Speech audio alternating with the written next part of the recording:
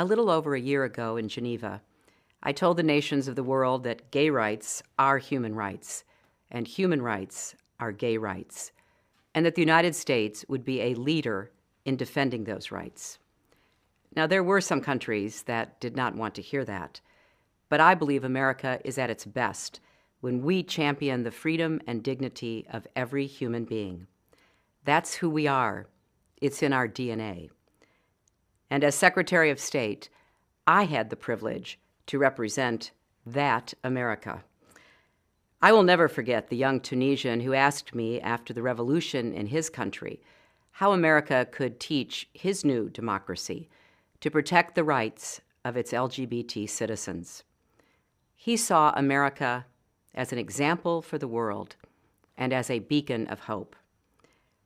That's what was in my mind as I engaged in some pretty tough conversations with foreign leaders who did not accept that human rights applied to everyone, gay and straight, when I directed our diplomats around the world to combat repressive laws and reach out to the brave activists fighting on the front lines, and when I changed State Department policy to ensure that our LGBT families are treated more fairly.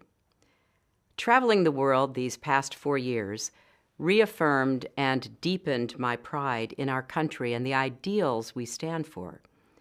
It also inspired and challenged me to think anew about who we are and the values we represent to the world.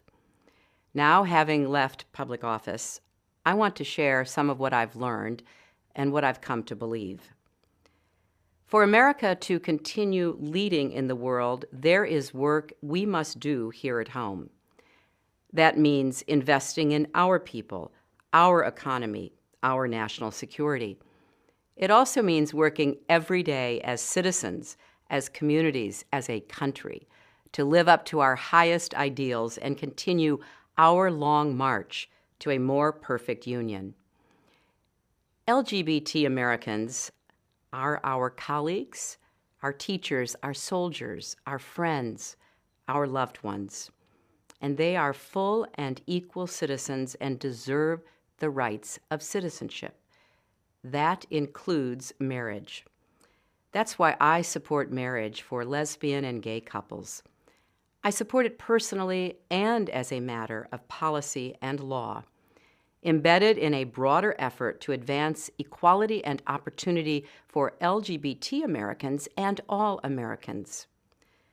Like so many others, my personal views have been shaped over time by people I have known and loved, by my experience representing our nation on the world stage, my devotion to law and human rights, and the guiding principles of my faith. Marriage, after all, is a fundamental building block of our society, a great joy, and yes, a great responsibility. A few years ago, Bill and I celebrated as our own daughter married the love of her life, and I wish every parent that same joy. To deny the opportunity to any of our daughters and sons solely on the basis of who they are and who they love is to deny them the chance to live up to their own God-given potential. Throughout our history, as our nation has become even more dedicated to the protection of liberty and justice for all, more open to the contributions of all our citizens, it has also become stronger, more competitive, more ready for the future. It benefits every American when we continue on that path.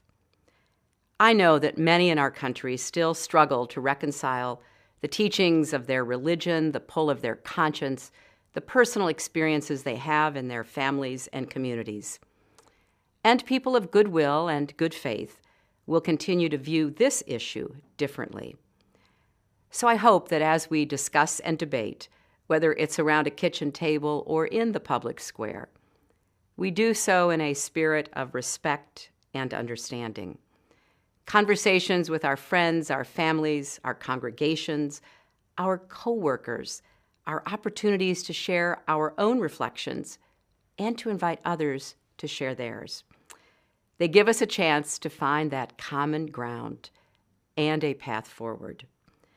For those of us who lived through the long years of the civil rights and women's rights movements, The speed with which more and more people have come to embrace the dignity and equality of LGBT Americans has been breathtaking and inspiring. We see it all around us every day in major cultural statements and in quiet family moments. But the journey is far from over, and therefore we must keep working to make our country freer and fairer, and to continue to inspire the faith the world puts in our leadership. In doing so, we will keep moving closer and closer to that more perfect union promised to us all. Thank you.